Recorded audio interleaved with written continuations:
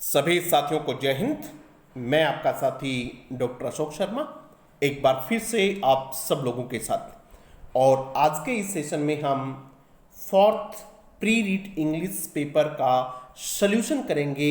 एक एक क्वेश्चन को बहुत अच्छी ढंग से समझने का प्रयास करेंगे, लेकिन उससे पहले ये हमारा फर्ज बनता है और इन टॉपर्स का हक बनता है कि हम उनको बहुत बहुत बधाइयाँ दें। इस फोर्थ प्री रीड के जो 5 टॉप स्कोरर्स हैं, 5 जो टॉपर्स हैं, उनको हम व्यक्तिगत रूप से बधाई दें। और आप सब लोगों को ये संकल्प लेना चाहिए कि अगली बार सर मेरा नाम लेके बोलेंगे, मैं टॉप 5 में आऊँगा। ये आपका संकल्प होना चाहिए। तो सबसे पहले जो हमारी टॉपर हैं वो है रेणु पारिक। सबसे पहले जो फर्स्ट पोजीशन पे हैं वो है Renu Pareek, daughter of mister Kailash Pareek. ये बच्ची झुंझुनू से ही है। इसको 29 मार्क्स मिले हैं, यानी 30 में से 29 मार्क्स मिले हैं, 29 आउट ऑफ 30। बहुत बहुत बधाइयाँ रेणु जी आपको। इस बच्ची की एक बात मैं आप लोगों से और साझा करना चाहूँगा। इसने मुझे इन्फॉर्म किया कि सर मैं कोविड पॉजिटिव हूँ, मैं कोरोना से पीड़ित हूँ, मैं एग्ज़ाम कैसे दे पाऊँगी। हालांकि मैं अपनी तैयारी कर रही हूँ, जितना भी मुझे समय मिलता है मैं करती हूँ। हमने एक ही जवाब दिया इस बच्ची को कि बेटा न केवल आपको कोरोना को हराना है, बल्कि इस बार आपको टॉप भी करना है। क्योंकि इस बार टॉप करने से जो आपको कॉन्फिडेंस मिलेगा, वो कॉन्फिडेंस आपको जिंदगी भर आपके साथ रहेगा। कि कितनी भी विकट परिस्थितियां हो, आदमी जब ठान लेता है तो वो कुछ भी कर सकता है। इस बच्ची ने न केवल कोरोना को हराया, न केवल कोरोना पॉजिटिव से नेगेटिव हुई, बल्कि एग्जाम दिया और उसके साथ टॉप भी किया। तो हमारी विशेष बधाइयां हैं इस बच्ची को। नेक्स्ट जो टॉपर हैं, सेकंड पोजीशन पे हैं, वो हैं प्रहलाद सिंह, श्रॉप मिस्टर सोहन सिंह जी। ये सिरोही से हैं। देखिएगा पूरे राजस्थान भर से बच्चों ने एग्जाम दिया है और बहुत अच्छा परफॉर्म किया है। इस बच्चे को 28 मार्क्स मिले हैं। प्रहलाद जी आपको हमारी तरफ से बहुत बहुत बधाइयाँ। तीसरे नंबर पे पीबी चौधरी। ये विद्यार्थी जो हैं, ये जितने भी हमने एग्जाम दिए हैं उनमें लगभग में टॉप 5 में आए हैं। ये पिछले टेस्ट के तो टॉपर भी हैं। ये जोधपुर से हैं। बहुत ही सभ्य, बहुत ही शालीन और बहुत ही शिष्टाचार वाला बच्चा है पीबी चौधरी। तो इसको बहुत बहुत बधाइयाँ हमारी तरफ से। और हम आशा करते हैं कि एग्जाम में जो मेन एग्जाम होगा तब भी हम पीबी चौधरी को, प्रहलाद जी को, रेणु जी को टॉपर्स की लिस्ट में देखेंगे। फोर्थ नंबर पे जो हैं वो है आर्यन शर्मा, श्रॉप मिस्टर केसी शर्मा जी। ये चूरू से हैं। इनको 27 मार्क्स मिले हैं। आर्यन आपको बहुत बहुत बधाई। आर्यन ने मुझे मैसेज करके कहा था कि sir it was my first attempt, ये मेरा पहला ही अटेम्प्ट था, मैंने आपका पहला ही टेस्ट दिया ये, और पहले ही टेस्ट में मुझे पोजीशन मिली। इसके लिए मैं आपका बहुत आभारी हूँ। आर्यन आपका बहुत बहुत धन्यवाद। और आप इसी तरीके से आगे बढ़ते रहें। बाकी लोग भी इससे प्रेरणा लें कि इस बार हमारा नाम आना चाहिए और मेन एग्जाम में भी आना चाहिए। कुलदीप प्रजापति, 5th पोजीशन जो है कुलदीप जी की है। श्रॉप मिस्टर सीताराम जी, ये भरतपुर से हैं। भरतपुर से हमारे पास बहुत सारे बच्चे जुड़े हुए हैं और इनको 27 मार्क्स मिले हैं। कुलदीप जी आपको भी बहुत बहुत शुभकामनाएं। इस तरीके से सभी बच्चों को, जितने भी बच्चों ने एग्जाम दिया था राजस्थान भर से, सभी लोगों को हमारी शुभकामनाएं, बधाई। और जिनको मार्क्स कम आए उनको तो संकल्प करना है कि इस बार सर आप मेरा नाम लेंगे और इस बार मैं टॉप करूंगा।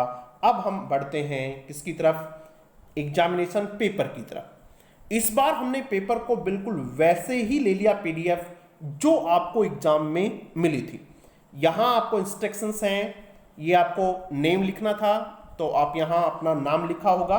जो नए बच्चे हैं वो जान लें कि अगली बार जब एग्जाम देंगे तो आपको इस प्रकार का एक लिंक ओपन होगा जिसमें ये सब सूचनाएं होंगी जो आपको भरनी है।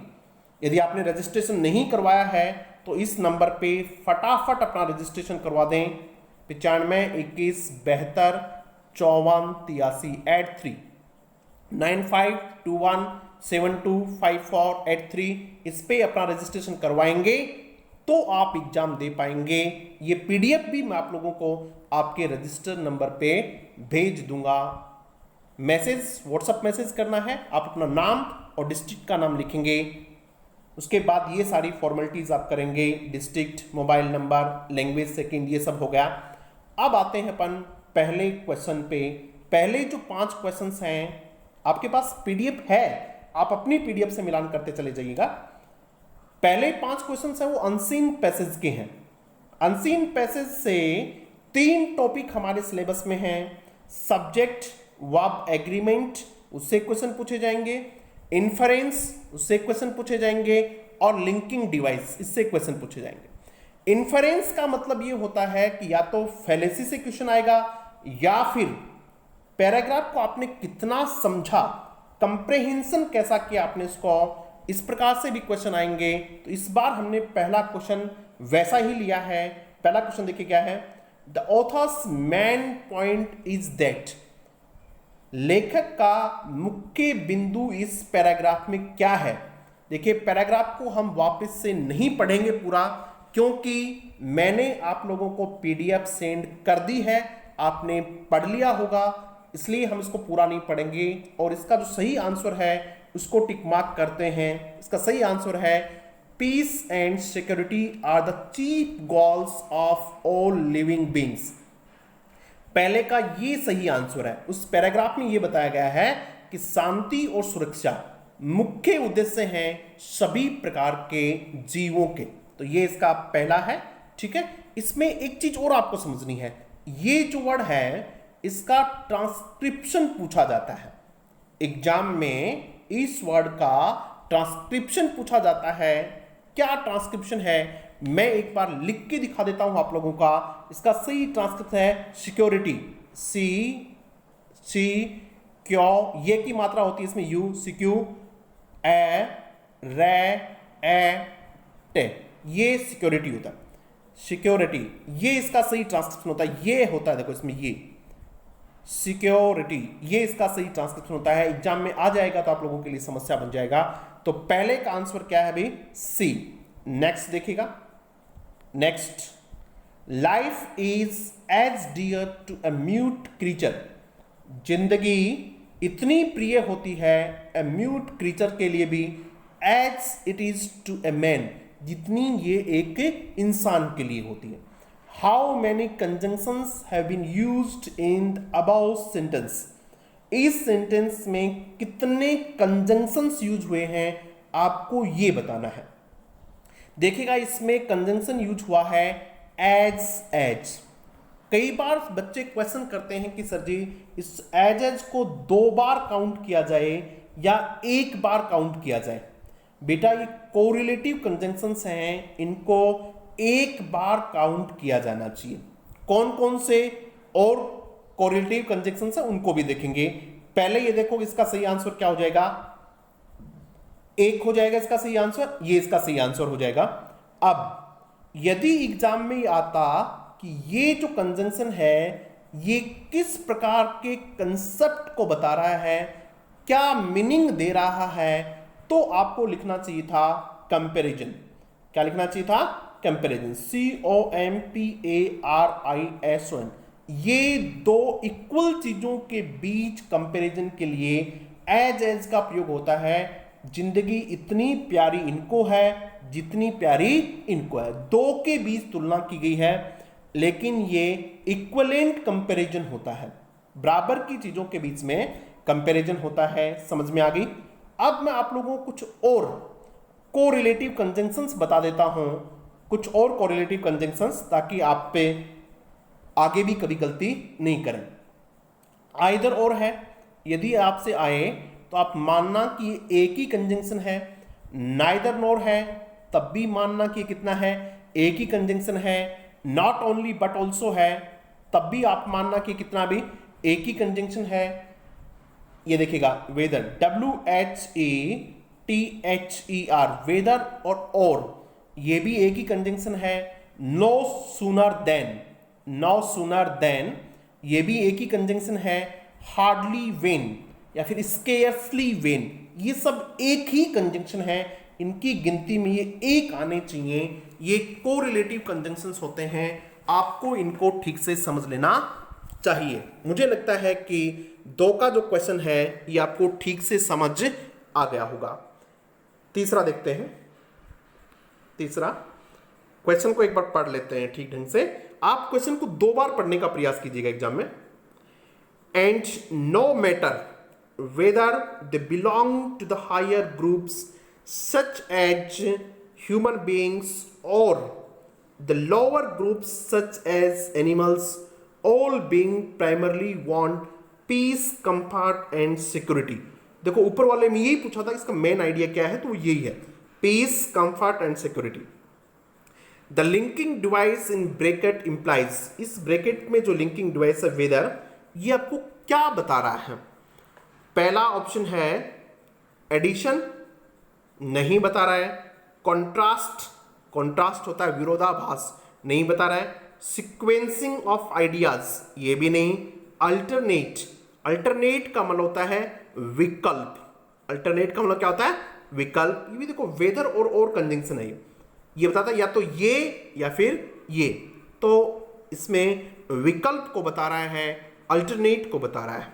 नेक्स्ट देखिएगा, बेसिक फैक्ट दैट कन्फ्रंट्स, ये लिखा हुआ है इसमें। क्वेश्चन नंबर 4 देखिएगा, a basic fact that confronts us squarely and unmistakably the desire for peace, security and happiness. ये कॉन्कॉर्ड का क्वेश्चन है, सब्जेक्ट वर्ब एग्रीमेंट का क्वेश्चन है। आपको देखना है कि इसका सही आंसर क्या है। इसमें जो सब्जेक्ट है वो है अ बेसिक फैक्ट। ये सारे के सारे आगे एडिशनल चीजें हैं। द बेसिक फैक्ट, तो इसका मतलब आपका सब्जेक्ट क्या होना चाहिए? सिंगुलर होना चाहिए। क्या होना चाहिए भाई? सिंगुलर। इसमें सिंगुलर कौन कौन से हैं? डिमांड प्लुरल है, डिमांड्स सिंगुलर है, डिमांडिंग तो होगा ही नहीं, और हैव डिमांड भी क्या है? प्लुरल है। तो निश्चित रूप से इसका सही आंसर क्या हो जाएगा? डिमांड्स हो जाएगा। ये इसका सही आंसर हो जाएगा। नेक्स्ट देखिएगा, we cannot listen to mister Singh's opinion. We cannot, ये जो वर्ड है इसको ओपिनियन नहीं कहेंगे, क्या कहेंगे? इसको ओपिनियन कहेंगे। सही बोलेंगे इसको, क्या कहेंगे? ओपिनियन। एक बार बोल के दिख लीजिएगा मेरे साथ। मैं इसका ट्रांसक्रिप्शन भी लिख देता हूं। ओपिनियन होता है इसका, ओपिनियन इसका ट्रांसक्रिप्शन होता है। तो we can not listen to mister Singh's opinion, हम उसकी विचारधारा को नहीं मान सकते, सुन सकते। ऑन ग्लोबल वार्मिंग, किस पे? ग्लोबल वार्मिंग पे हम उनके विचारों को नहीं मानते। Because he is a thief, क्योंकि वो एक चोर है। ये किस प्रकार की फैलेसी का एग्जाम्पल है? ये एड होमिनम का एग्जाम्पल है। किसका एग्जाम्पल है भैया? Add hominem. क्या होता है एड होमिनम? एड होमिनम का मतलब होता है कि जब आप किसी के आर्ग्यूमेंट को नकार नहीं सकते, तब आप सीधा आर्ग्यूमेंट करने वाले पर्सन पर अटैक करते हैं, आर्ग्यूमेंट करने वाले व्यक्ति को अटैक करते हैं, तब वो क्या होता है? एड होमिनम कहा जाता है। जैसे आप कैसे मांसाहार के खिलाफ बोल सकते हो, क्योंकि आप तो खुद क्या हो? मांसाहारी हो। ये आदमी ऐसा नहीं कह सकता क्योंकि ये तो शराबी है। यानी आप उसके आर्गुमेंट पे बात नहीं कर रहे हैं, बल्कि आप पे उससे खुद के कैरेक्टर पे अटैक कर रहे हैं। वो क्या होता है? एड होमिनम होता है। चीजें आपको समझ आ रही होंगी, ठीक लग रही होंगी। आगे जो क्वेश्चन है वो है अनसीन पोएम का 6th question. The second line and third line in the above extract has the same figure of speech. दूसरी लाइन और तीसरी लाइन में सेकेंड लाइन और थर्ड लाइन, हाँ, दूसरी और तीसरी में सेम फिगर ऑफ स्पीच है। आपको बताना है कि दूसरी और तीसरी में कौन सा फिगर ऑफ स्पीच है वो जो सेम है? ये दूसरी लाइन है, he roared angrily as often a lion does, वो पूरी तरह से दहाड़ा जैसे कौन दहाड़ता है, एक शेर दहाड़ता है। तो जहां एज और लाइक का प्रयोग किया जाए वहां सिमिली होती है। उसके बाद में हिज ओपोनेंट्स क्राइड एज, और फिर उसके ओपोनेंट्स, उसके जो विरोधी थे, वो चिल्लाए जैसे कौन, फ्लाइज, बज, जैसे मक्खियां करती हैं, भिनभिनाती हैं। तो यहां भी एज का प्रयोग, यहां भी एज का प्रयोग। बड़ा आसान सा क्वेश्चन था, इन दोनों का आंसर क्या हो जाएगा? सिमिली हो जाएगा। क्या हो जाएगा भाई? सिमिली। तो इसमें देखिएगा सिमिली कौन सी ऑप्शन में है, पहले ही ऑप्शन में है, तो इसका सही आंसर क्या हो जाएगा? सिमिली। नेक्स्ट क्वेश्चन को देखते हैं। Next question, the first and the fourth line of this stanza have the same figure of speech. पहली और चौथी लाइन में भी सेम फिगर ऑफ स्पीच है, वो कौन सा है? पता लगाइएगा। अभी देखते हैं कौन सा।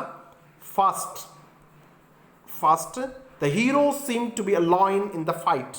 हीरो लगता है एक लॉइन की तरह। किसकी तरह लगता है? लॉइन की तरह है, तो मेटाफर है।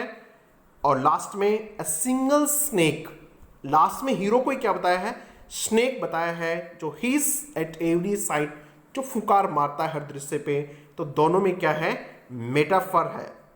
क्या अभी दोनों में मेटाफर है? तो 7 वाले का सही आंसर हो जाएगा मेटाफर। क्लियर? नेक्स्ट चलिएगा, the rhyme scheme of this extract is. इसकी राइम स्कीम क्या है? फिर देखना पड़ेगा क्या राइम स्कीम है, तभी हम इसका आंसर कर पाएंगे। देखते हैं क्या राइमिंग स्कीम है। ये हमारे पास 4 लाइन है, ये 4 लाइन, इनकी राइम स्कीम हम देखते हैं। फाइट, डज, बज, साइट। ए इसको लिख देंगे, बी इसको भी लिख देंगे, बी, डज, बज और साइट। तो ये ए हो जाएगी, ए बी बी ए। अब आप देख लेना उसमें ए बी बी ए कौन से ऑप्शन में है। देखते हैं ए बी बी ए कौन से ऑप्शन में है, बताओ भाई कौन से में? A B B A option में ही है। कौन से में है? ए में। तो इसका सही आंसर ए हो जाएगा। उसके बाद चलिएगा, the hero in this extract has been metaphorically compared to. Hero किससे कंपेयर किया गया है? सॉरी। तो हीरो पहली लाइन में तो लॉइन से कंपेयर किया है, और दूसरी लाइन में स्नेक से, चौथी लाइन में। तो इसका आंसर हो जाएगा स्नेक एंड लॉइन। देखो पहली लाइन में उसको लॉइन बताया है, और फोर्थ लाइन में उसको क्या बताया है? स्नेक बताया है। तो इसका सही आंसर हो जाएगा ये, snake and a lion. Next चलिए, the last line of this extract is an example of. आखिरी लाइन किसका एग्जाम्पल है? एक बार फिर देखनी पड़ेगी आखिरी लाइन को। देखते हैं क्या है आखिरी लाइन। ये है आखिरी लाइन आपके पास, अ सिंगल स्नेक। तो मेटाफर तो है ही है, उसको स्नेक बताया। हिस्ट एट एवरी साइट, से और से। तो से की साउंड रिपीट हो रही है, एस साउंड रिपीट हो रही है, इसका मतलब ये अलिट्रेशन भी है। तो इसमें मेटाफर एंड अलिट्रेशन, ये इसके सही आंसर्स हो जाएंगे। नेक्स्ट चलते हैं भाई। नेक्स्ट कहाँ पहुंच गए हम सब लोग? क्वेश्चन 11 पे। क्वेश्चन 11 मॉडल का क्वेश्चन अभी। They died so that we live. वे मर गए ताकि हम जिंदा रह सकें। तो ये पर्पस का क्वेश्चन है। किसका? पर्पस का। उद्देश्य बताने के लिए किसका प्रयोग किया जाता है? मे का प्रयोग किया जाता है। We eat so that we may live. हम खाते हैं ताकि हम जिंदा रह सकें। लेकिन इसमें कंफ्यूज की बात यह है कि यहां ये पास्ट में है, तो आएगा मे, लेकिन मे का क्या आएगा? पास्ट आएगा। और मे का पास्ट क्या होता है? माइट होता है। इसलिए इसका सही आंसर क्या हो जाएगा? माइट। जानबूझ के हमने पहला ऑप्शन मे दिया है, और एग्जाम में भी इसी प्रकार से आपको कंफ्यूज करने का प्रयास किया जाएगा। नेक्स्ट देखिएगा, बहुत अच्छा क्वेश्चन है, बहुत अच्छा क्वेश्चन है। I get through this examination and none shall stop me. आप अपने आप से ये बात कह दो भाई कि मैं ये एग्जाम गेट थ्रू यानी पास करना होता है और मुझे कोई नहीं रोक सकता। तो ये डिटर्मिनेशन है, ये आपका दृढ़ निश्चय है, स्ट्रॉन्ग डिजायर है ये। इसके लिए आई के साथ विल का प्रयोग होगा। किसका प्रयोग होगा? विल। तो इसका सही आंसर हो जाएगा आई विल। आई विल इसका सही आंसर हो जाएगा। नेक्स्ट देखिएगा, to bring a house down मुहावरा है, इडियम एंड फ्रेजेज है। To bring a house down इसका मतलब होता है बहुत ज्यादा प्रशंसा प्राप्त करना। टू विन अपलॉज ये होता है इसका। तो इसका सही आंसर ये हो जाएगा। नेक्स्ट बढ़ते हैं, नेक्स्ट क्वेश्चन की तरफ देखिएगा। Which of the following is strictly applicable to a short story? Literary terms का क्वेश्चन है, लिटरेरी टर्म्स का। तो आप देख लीजिएगा। जो बच्चे आज चैनल पे पहली बार हैं वो चैनल की प्लेलिस्ट में जाइएगा और चैनल की प्लेलिस्ट में आपको बहुत सारे उपयोगी वीडियो मिलेंगे। उनमें से एक लिटरेरी टर्म्स का भी मिलेगा, लिटरेरी टर्म्स के क्वेश्चंस भी मिलेंगे और थियरी भी मिलेगी। दो अलग अलग वीडियो हैं, आप उनको जरूर से जरूर देख लीजिएगा। और शॉर्ट स्टोरी में विच of the following is strictly applicable, कौन सी बात बहुत स्ट्रिक्टली लागू होती है किस पे? शॉर्ट स्टोरी पे। मीट्रिकल पैटर्न नहीं होता है, राइम भी नहीं होती स्टोरी में, लव थीम हो जरूरी नहीं है, लेकिन प्रोजिक लैंग्वेज यानी प्रोज में लिखी जाती है। किस में लिखी जाती है? प्रोज में। किसके विपरीत? पोइट्री के खिलाफ, यानी पोइट्री में नहीं लिखी होती, प्रोज में, वास में नहीं लिखी होती है ये, वास में। तो आपको ये सही आंसर करना है इसका। नेक्स्ट देखिएगा भाई, ए नॉनसेंसिकल जेनेरा बोलते हैं इसको। क्या बोलते हैं? जेनेरा।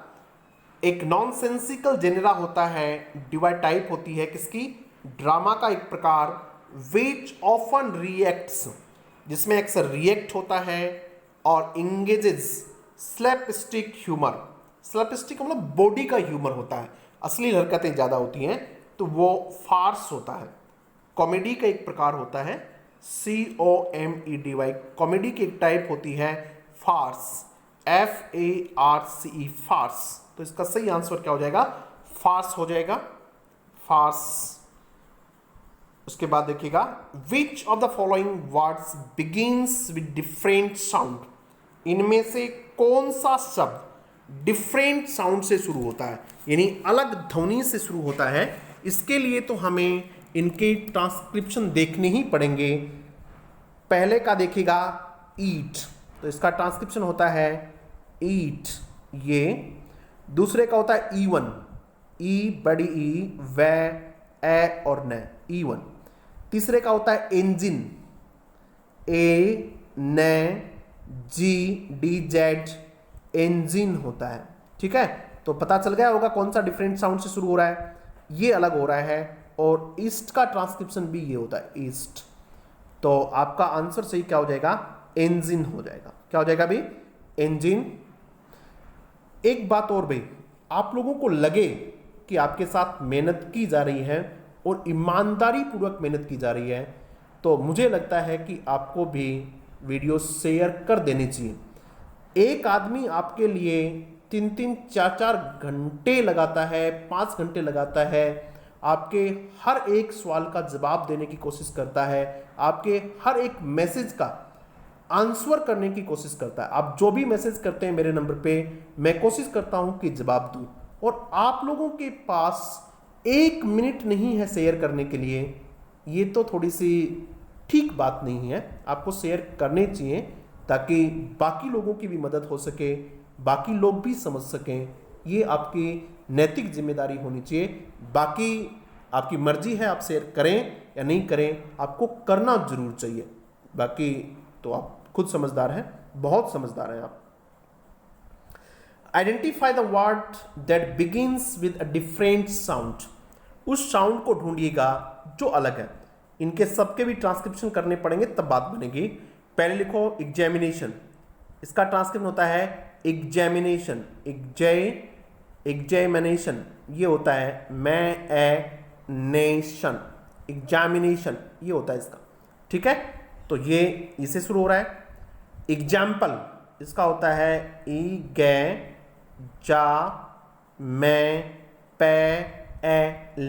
एग्जाम्पल, ये इसका होता है।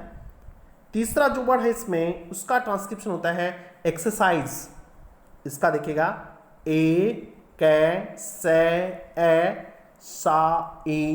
एक्सरसाइज। तो निश्चित रूप से ये क्या है, अलग ध्वनि से शुरू हो रहा है। एग्जेजरेट, इसका भी ट्रांसक्रिप्शन देख लेते हैं। एग्जेजरेट इसका होता है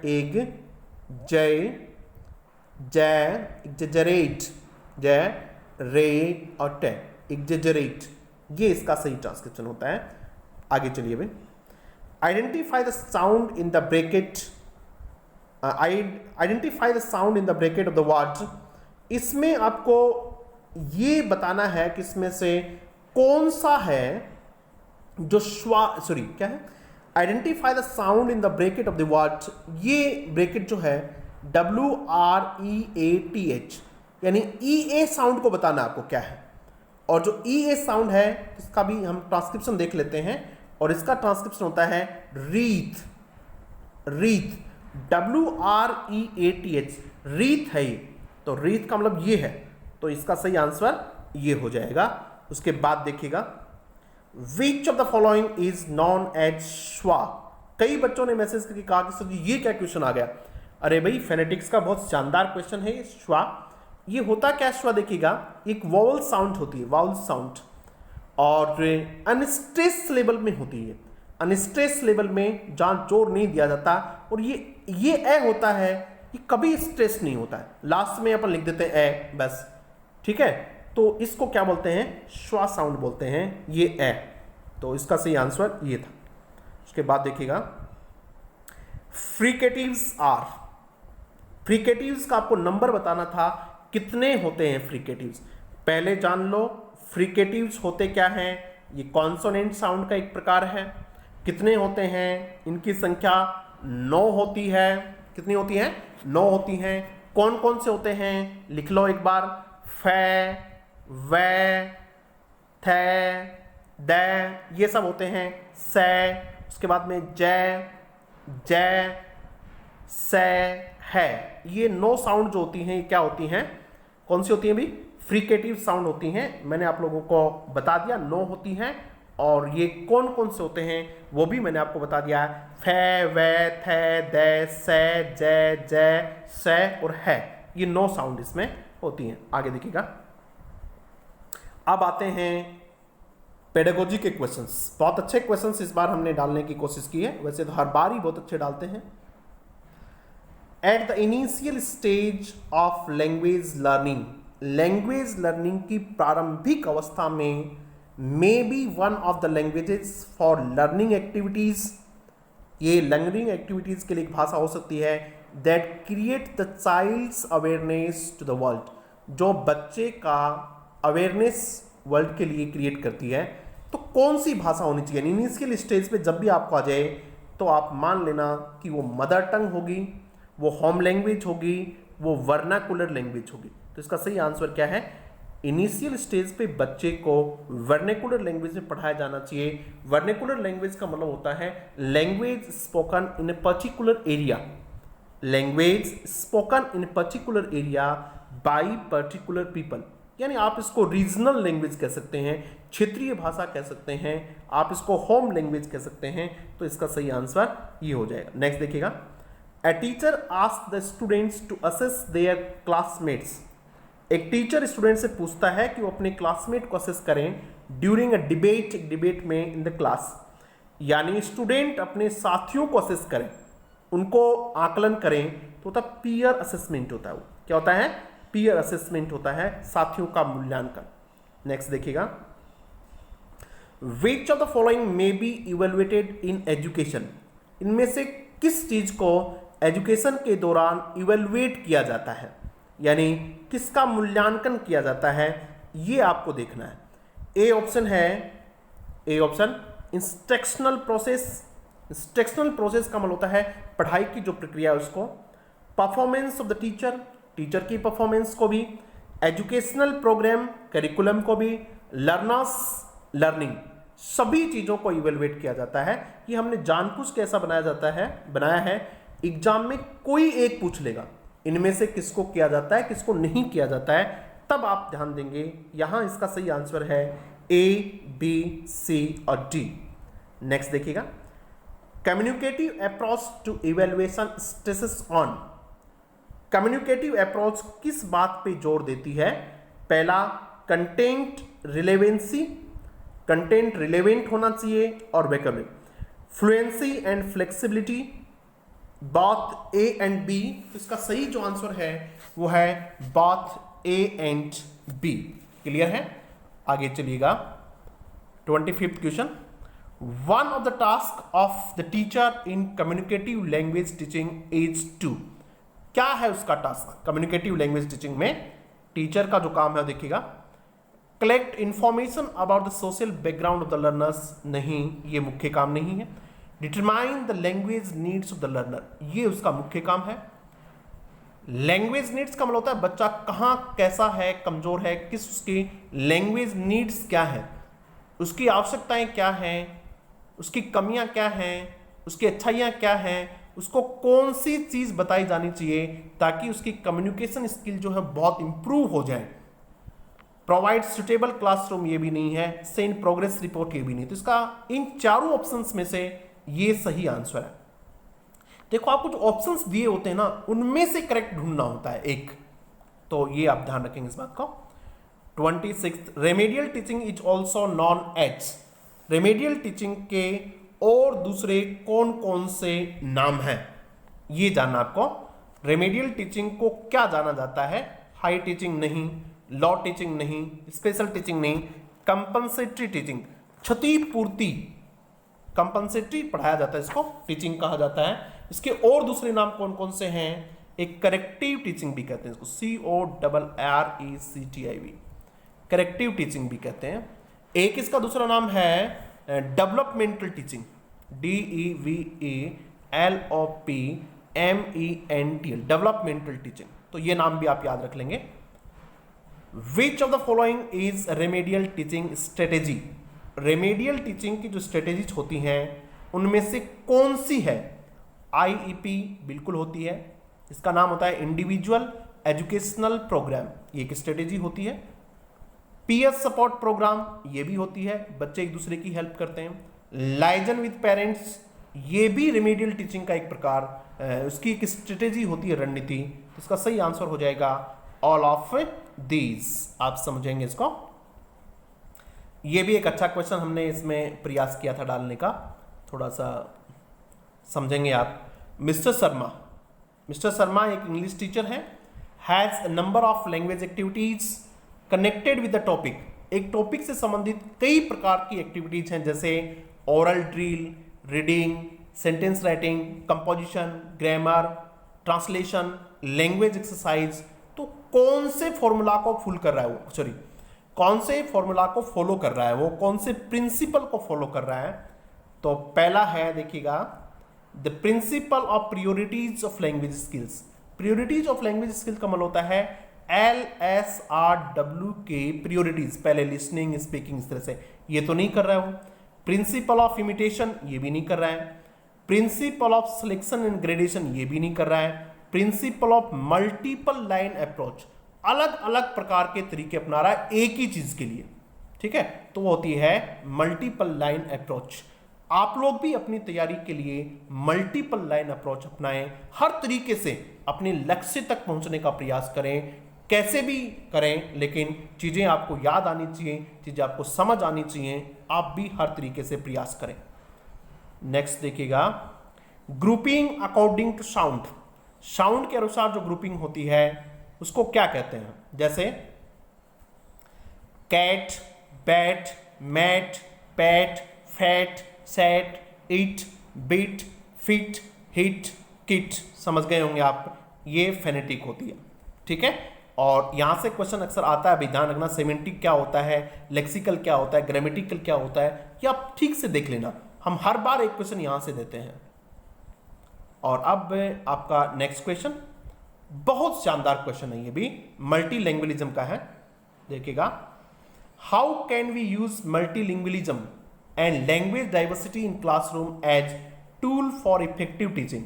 पहला option, by asking your multilingual students, आप अपने मल्टीलिंग्वल स्टूडेंट्स को कहें टू टीच देयर क्लासमेट्स, अपने क्लासमेट को पढ़ा दें ए ग्रीटिंग्स को इन देयर होम लैंग्वेज, उनकी होम लैंग्वेज में पढ़ा दें।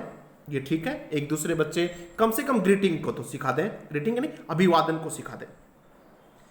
नेक्स्ट देखिएगा, नेक्स्ट जो है, by creating an evolving wall, word wall, एक इस प्रकार के एक वॉल बना दी जाए in your classroom by posting up, क्या करके, उस पे पोस्ट करके useful words and expressions in your students home language, उसमें स्टूडेंट्स की होम लैंग्वेज के कुछ वर्ड्स लिख दिए जाएं, ये पंजाबी मराठी के इस तरीके के कुछ बच्चे सीख जाएंगे। बाय ट्रांस लैंग्वेजिंग इन क्लासरूम, एक भाषा से दूसरी भाषा में बच्चे क्या करें, ट्रांस लैंग्वेजिंग करें, ये भी है। तो इसका सही आंसर हो जाएगा ऑल ऑफ दीज। और अब नेक्स्ट आपके लिए सूचना कि जो बच्चे टॉपिक वाइज टेस्ट और प्री रीड के लिए अपना रजिस्ट्रेशन करवाना चाह रहे हैं, वो ध्यान दें कि ये परीक्षा केवल इंग्लिश लैंग्वेज के बच्चों के लिए है, बाकी कोई इसमें रजिस्ट्रेशन नहीं करवाए। ये टेस्ट सीरीज बच्चों के लिए निःशुल्क है, कुछ दिन बाद इसका निश्चित शुल्क भी रखा जाएगा। रजिस्ट्रेशन के लिए इस नंबर पे व्हाट्सएप करें, ये है, अपना नाम और ज़िले का नाम लिखें। जिस दिन एग्ज़ाम होगा 5 बजे आपको लिंक भेज दिया जाएगा। एग्ज़ाम 6 बजे होता है, 6:30 बजे तक आपको सबमिट करना है। पेपर के दूसरे दिन 10 बजे मार्क्स आपको मिल जाएंगे, उससे पहले नहीं पूछें सर कब मार्क्स, रिजल्ट कब, कुछ नहीं पूछे, 10 बजे मिल जाएगा। साथ ही पीडीएफ भी आपको मिल जाएगी आपके रजिस्टर नंबर पे। और दूसरे दिन, रिजल्ट के दूसरे दिन शाम 6 बजे आपको यूट्यूब पे सॉल्यूशन करवा दिया जाएगा, जैसा अभी मैं करवा रहा हूं। तो ये था आज का हमारा session. Thank you very much.